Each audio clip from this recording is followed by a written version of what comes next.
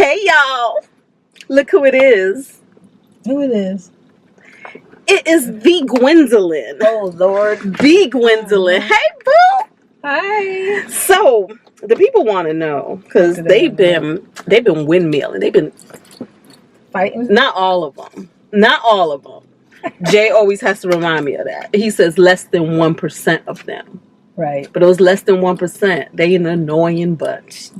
They are annoying. They have you writing mini novels and stuff. Yeah, amen. Because they ain't got nothing else to do. Y'all know I ain't got a job. I ain't got shit else to do. So let's talk about that. About what? How do you feel about me not having a job? I don't feel like it's... You don't care? I feel like it's short-lived. I mean, it's... But what about my plans to travel? I think that's a great plan. You should have a plan. I mean, not everybody is comfortable just sitting around doing, not necessarily nothing, but you're an active person. You save money, you make money, you have multiple streams of income. The fact that your primary one temporarily is shut off doesn't mean you need to go in a hole and start crying and complaining or whatever. Yeah. Enjoy your life. You have one life at a time. So why not enjoy it? But I mean, everybody has an opinion, and I think you do what's best for you because everybody's not in your life. That's your life. Mm-hmm. And that's where the free will and the choices come in. So do you, boo, and have a good time doing it. Now, let me ask you this. Are you worried in this climate with all of this stuff going on? I am concerned because I am older and we're not sure like how many working years that I have from a company perspective. I don't know if they're going to do things based off of like all the isms, not just race, it's also ageism. Really? Think about that. Somebody, one of the less than 1% ignorant people in the comments, somebody said something in the comments to me about, the reason why you're not getting a job is because you're too old. Oh, I didn't get that memo then. Yeah. Because they said that to me. Like, really? I'm 12 years older than Tinesha. But I feel like in my industry, I don't necessarily see age discrimination. I'm only saying that because of the way everything has been stripped away from people. They can now do some of those things that they've never done before because they're given the okay. Oh, I like this. Sorry, squirrel. This is a cute wallet. It's a Coach purse. Yeah, okay. Like a little wallet. It has a chain too if I wanted to do it by itself and just strap it across. Cute. Yeah. I want it. Hell no. That sucker was like over $100. Where'd you get it from? I'll show you. It's at got it at Crystal City, the mall. Not the outlet. No. I need the outlet price. Well, I don't know what to tell you, but I needed a wallet, and this is the one I thought was the cutest. So anyways, there's some concerns, but the main thing that I'm working on is because of what I'm doing now, I'm just trying to make myself more marketable, because even if I do happen to lose this job, I'm working on continuing to learn how to code and be a developer and stuff like that. So I just feel like the best I can do is while I'm there is expand my areas of expertise. Okay, because I'm still going back to the ageism thing, right? Because like I said, where I work and where I've been working, I feel like it's always been an older workforce. Like when I look at, there's younger people you mean like too. Congress? You mean like Congress? Right, them people. But but even when I look at my last job, the people who were there, like the developers, there were older developers. There were people who you would say, well, you're not retired yet? But it seems as if sometimes I feel like in our industry, the older you are means that you have more experience with a lot of the different technologies that they use. Because when you think about it, we're not Amazon or Google or, we're not always using the leading edge technology. Like a lot of our systems are, what do you call it? Like when they're like, like they were built in the 90s, and they're still their legacy systems, and they're still holding on to that code. And a lot of times they're looking for people who understand and know some of those languages. So it's a combination of that and a combination of their workhorse. They've been proven, and it's like kind of like, if not broke, don't fix it. But fix it. At the same time, we have how we introduce new technology has to be a certain way. And it has to meet a certain set of criteria. And until something comes along the way that can take over that system that's been running all this time without losing data, and it takes a lot, and it has to fit into our work environment, which is supposed to help protect data. But you know what I do think, though, what might be a trend, and it might be what I'm experiencing being an older person. And I say that because as you get older, you got different things that are important to you. Like, what's important to me is vacation time. Whereas somebody coming into new to the workforce, they'll settle for 2 weeks, 4 weeks vacation because they just happen to happy to have a job. And it's usually the very young. Yeah, because normally it is expected that you start out at a thing and then you accrue the longer you're with. But because we've been in the workforce for so many years, a lot of times we're able to negotiate and say, because this is what I'm accustomed to. Or plus the fact that we can speak to the skill set that we bring, what we bring to the table. Yeah. And I've always had the mindset, you have to have a CEO mindset to where they come and work at a place for a couple of years, and then they move on to the next place, and they're going up the food chain. We should be doing the same thing. And you can't stop me at scratch just because I'm new to your company. I'm not new to the industry. Exactly. So you have to negotiate for yourself, but you also have to understand, and this is something a lot of people might be able to identify with this. When I was younger, my children were younger. I also my vacation and stuff was set aside for my kids. Yeah. So now that my children are out of the house, I have more time to be at work. So I'm more productive now than I was before, in a sense where you had a job, you had certain hours you could work, and you had to use your vacation. And if you were fortunate to get sick time, you had to use it for family situations. You're having babies. There's a whole bunch of stuff that was accommodated when we're younger. So as we're older, I think that you become the opportunity for more freedom. Yes. And that's free in every area. So if you the fact that sometimes I can come to work earlier if needed. I can stay later if needed. I can, And if you want to use that time to go vacation, because there's a lot of people who don't travel, don't like to travel, are afraid of traveling, and they're fine, or they want to bank up all their vacation and so that when sell it at the end of the year. Yes. Lots of things that happen. And that's the way they supplement their income. Exactly. So at the end of the day, and people just love to work. There's people we've had people who have passed away at work.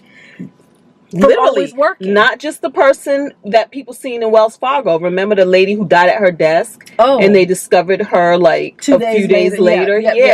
So in our industry, there have been those cases too. And people have flexibility, and they have they're taking care of their parents. I mean, there's all kinds of things. Yeah. So to judge another person based off of just a small snippet of their life, you don't know everything that they're going through.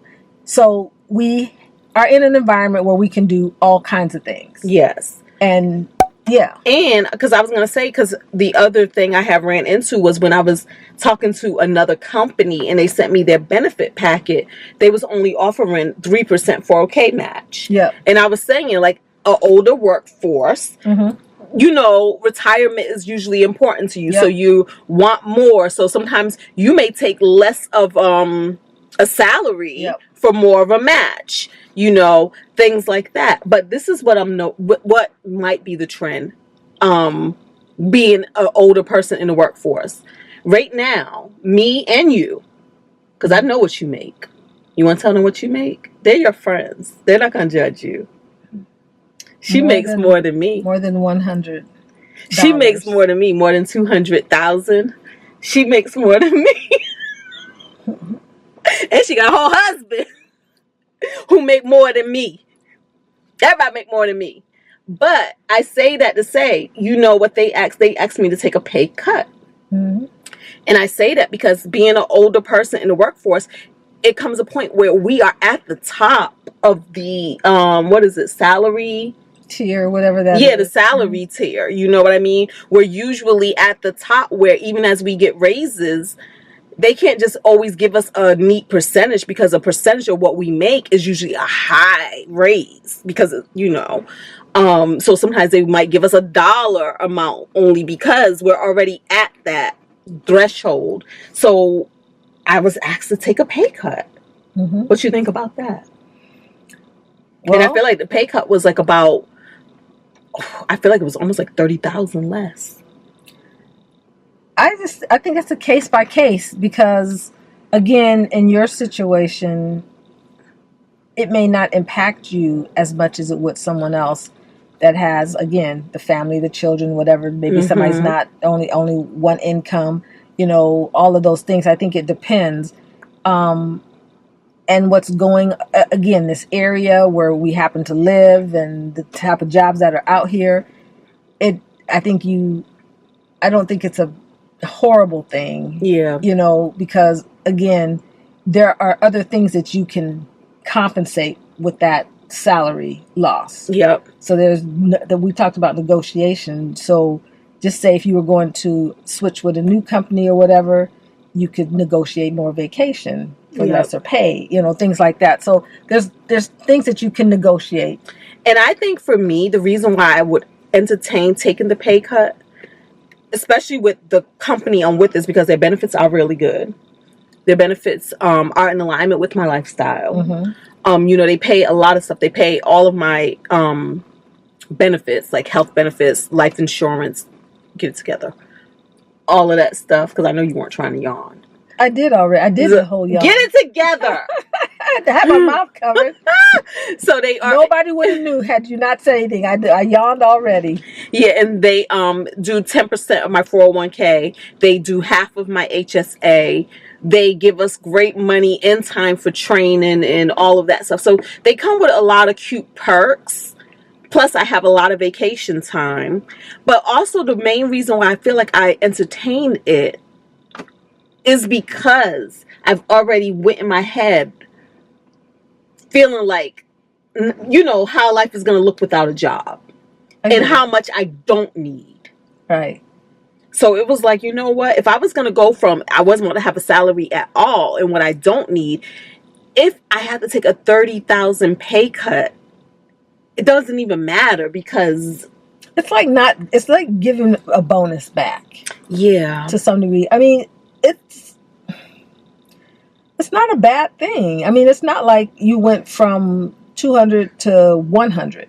No. And, it's just barely went to 100. I mean, it's not pleasant. Barely went to 200. It's not pleasant, but then at the same time, if you still want, it's like you said, it's preparing you for a potential retirement where you're going to have a lesser salary anyway, or lesser income coming in on a regular basis. So it's the steps in managing. And I think the main thing was I knew that even if I took this pay cut, the main goal was having money flowing in to pay off the house. As temporary as that may be, meaning that I may not have to work another year or another 2 years. My main goal is get money to pay off the house. That's what I'm thinking. Yeah. So as you guys know, I had an interview, but the jury's out. We don't know if I got another job or don't have another job. But with that interview, this is where I had to really think through, would I accept the job at a $30,000 pay cut? So I had to, really think that through. I think also that when you think, it wasn't a too deep of a thought. Because given what's happening across the board, I mean, you look at stocks, you look at companies, you look at businesses, all these decisions that everybody's had to make in some form of whether they truly wanted to make it or not. the whole DEI thing, I don't know that every company was like, oh my gosh, we've been waiting for this to happen. No, they had to make decisions. Hey, they make a decision, we make a decision. Companies are having to cut their workforce. That wasn't what was in their plans either. So it's like, do we just say, well, forget it, we're not working for the government anymore as a company, or we're going to have to take the pay cut and we're going to have to figure out how to make it work. And so it's the same thing. It's on an individual level where you have to say, is it better for me to just work for less or to not have a job at all? Yeah. And what does that look like? If I don't have a job at all, then my goal or mission to pay off my home gets pushed another year or another 2 years. Or I can take this job and just focus on the fact that I'm going to still pay this house off, and you'll have even more money at your disposal for other things. Yes. So it's a decision. And I also think that that's also where it comes from, a younger workforce versus an older workforce, because a younger workforce is coming in at a lower salary. Right. So it's almost like, well, we can actually get somebody for less money to do X, Y, and Z. Yeah, we may have to train them more, or we may have to get them up to speed more, but at the same time, we can sell this position for a lower price point. But we also have to understand that a lot of younger people don't have the same, what I'm trying to find the right word is, but it's a corporate mentality. That's like, I'm going to go get this job and this is where I'm going to stay and this is what I'm going to do. No, they will do a job and then will say, bye, I'm good. We're leaving the company. Go ahead. You know what I've noticed, another trend I noticed from people I worked with, the rise of sabbaticals with younger people. Yep. They're doing it more and more. Y'all, I did not plant this seed in my own head. Them babies did. Yep. Because I worked with 2 people on my last job who, one was just coming to our job from taking a year off and living in England in a I think it was like a monastery or something. And I'm like, what? He was in his 20s. And then we had one who had left to take sabbatical. He was going to, I feel like it was Thailand. He said he's going to live in Thailand.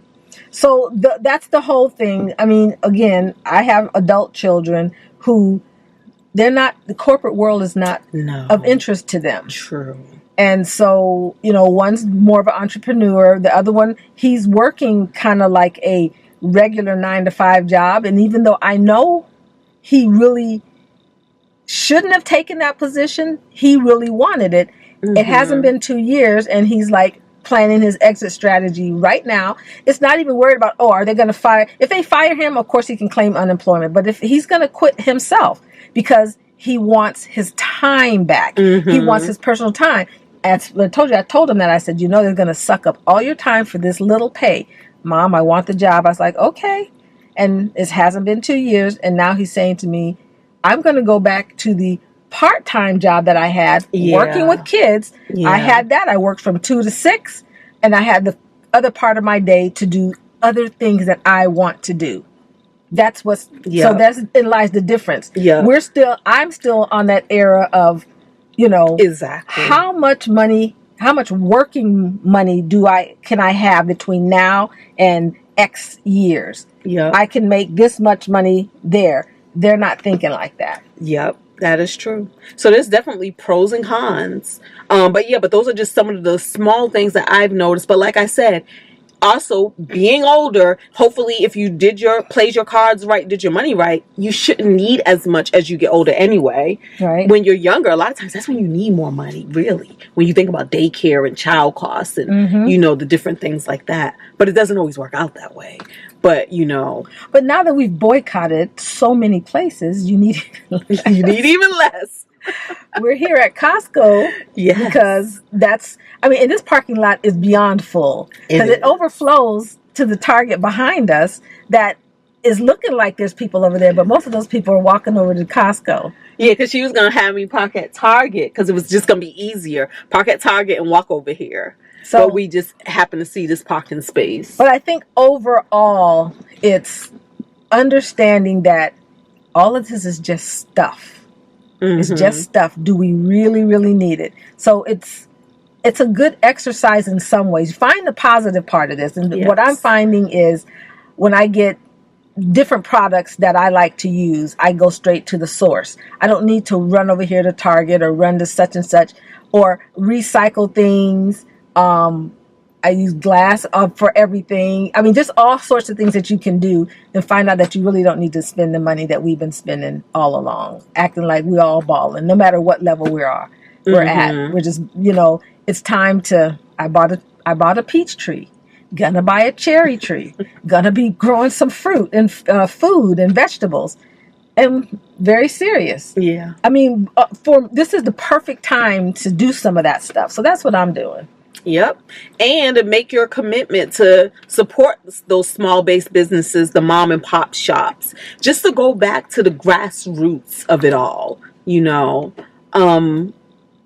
you can. And then, where you can. Yeah. So this is it's a better time to reflect on what you really want to do and not focus on money as the only way that you can get or achieve what it is you want to achieve. That's just what I think. Yeah. Because I don't know. I mean, the only thing I am doing is saving my vacation. That's for sure. Right now, I'm saving it because if for some reason, what's it called? What's it called again? Oh my goodness! What, like RIF? Not the RIF at the in September when they're going to go back and the government shutdown thing. There's another name for it, but yeah, the shutdown. We'll have to deal with that again. So for me right now, I'm gonna stay put. I'm gonna work on me. It's mentally, physically, getting some sleep, getting some rest, watching some fun movies, just trying to not stress because it's just not healthy, period. Yeah.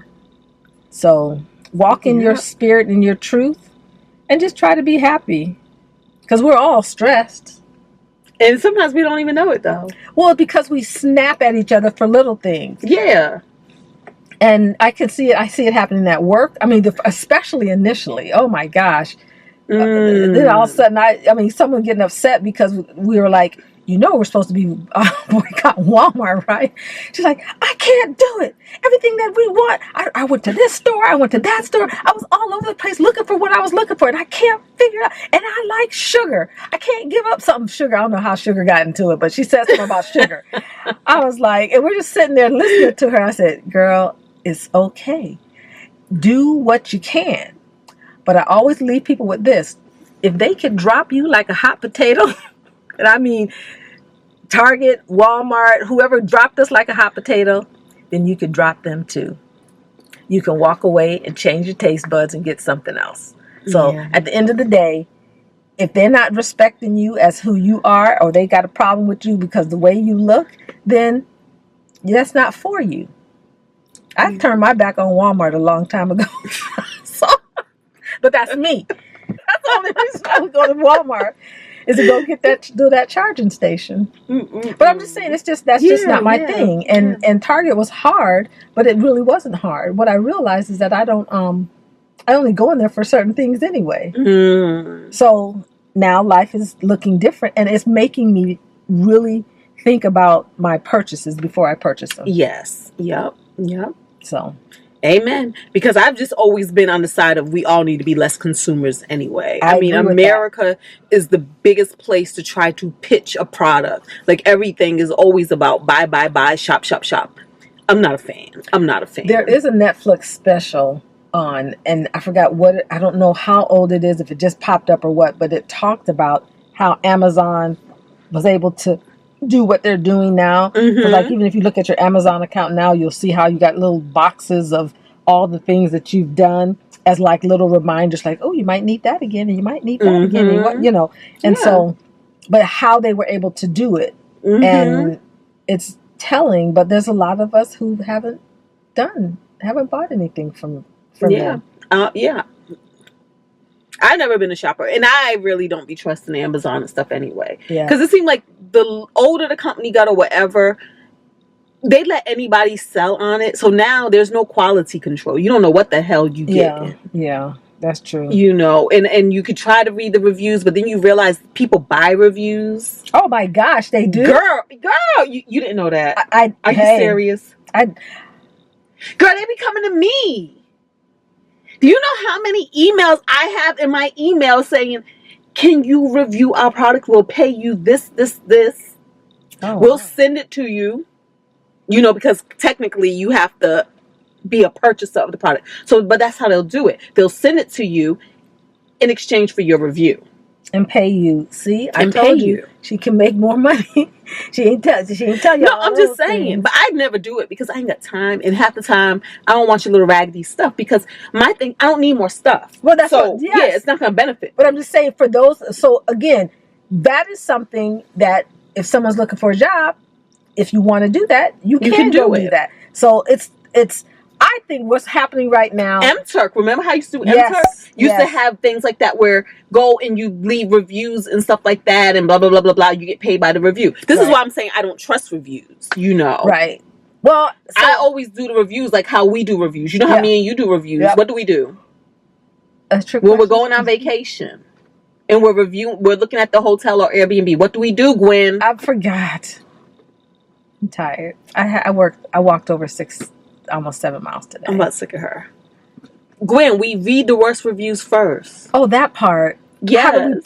You said when we're gonna go. When we're gonna go and we're looking at the hotel. Yes. Okay, ask the question again. Gwen. Well, how do we do reviews when we're about to travel? You know what we do, girl. We go and we review the hotel and we say, okay, let's start at the worst ones and see what they think. And then we like, oh, they mad. They're haters. Or whatever. And we're like, oh, that sounds like a good time. Yes. Some of the stuff they be complaining about. We're like, oh, we're picking that place. Yes. Yeah, so we do the worst reviews because sometimes somebody's worst review, you can tell if it's BS. Right. If they're just like people in my comments just saying shit because they ain't happy with their lives. Bullshit. Yeah. But if I'm reading the best reviews, unless it has really good details, leave me alone. Right. You leave me alone. Or sometimes good reviews sometimes don't always carry a lot of weight because it's easy to review something when you first got the product. Yeah. How did it stand over the test of time? Yep. So, yeah. That's where we start. Yep. Worst reviews first. And be like, sound like a party to me. Yep. Sometimes it's funny too. Like, oh my God. Well, you truly got a lemon. That sucked. Yep. So, but yeah, guys. So, that's where we're at with that. This is how we feel about whatever it is we talked about. I think we mainly talked about ageism in the workplace. And yeah, just how do we feel about being laid off and things like that. Think about the things that can be seen. And the fact that they got, the whole thing with DEI. Mm-hmm. And then you know that why it came to be, and now you're saying it should be based off of just merit, but yet you still see black me, woman me, over 50 me, and those are 3 reasons why you can say she can't have a job. Now, mind you, master's degree, bachelor's and master's degree, been in the workforce forever, technical. I know a lot of applications. I know processes to obtaining applications in our environment, things like that. Management. Yep. All kinds of things. And yet the things that you're going to try to disqualify me for are because black woman. So we're going to make the assumption that you were just hired because you're black. Because of that. Yeah. Not the fact that I actually went and got an education. And when my first education, certifications, experience, training, all of the things. All of the things. And somehow placed at the top of my classes. Yeah. Stop playing with me. And I had children when I was going to school, and I wasn't the valedictorian. Baby on her tip. But I got the one, and it was 3 of us at and the top. What was I? What's the highest one? Valedictorian, I thought. Puma? Girl, that thing. Yeah, summa cum laude and cum laude. Yeah, all of that. I was all of that. I don't even remember what it was called, but I graduated with those. You don't have to remember everything. You just know, your job. You know what you do. You know you got the education. And even if you don't hire somebody, you still can't take that education away from the person because they're the ones who went through and received it and got it. Yep. It's just now we're going back to whatever we're going back to. But that get your side hustle. Get your side something hustle. Else, because I have 3 jobs. Tree. What are your 3 jobs? Airbnb. Realtor. For over 20 years. And then my day job. And her day job. Yep. It's automated testing. Yep. Developer and tester. And so that's my thing. I think at the end of the day, regardless of what you're doing to bring in an income, you have to find ways to stay true to who you are and what makes your spirit sing. So that when this world is on some BS, you can still find your smile. That's all it is at the end of the day. And training to be a finance investment person.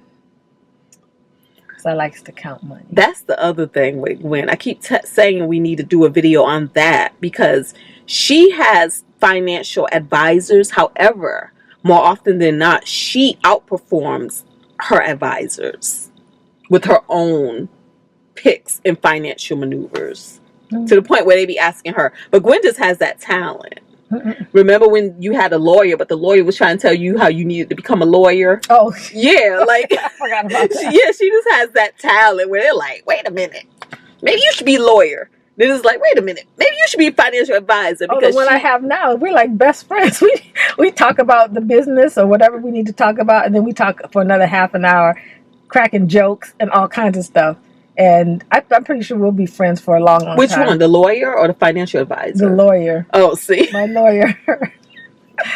We be on tangents all the. We spend 3 minutes saying, okay, this is what we got to do. We got to wait for this. This is the next date for this. Blah blah blah.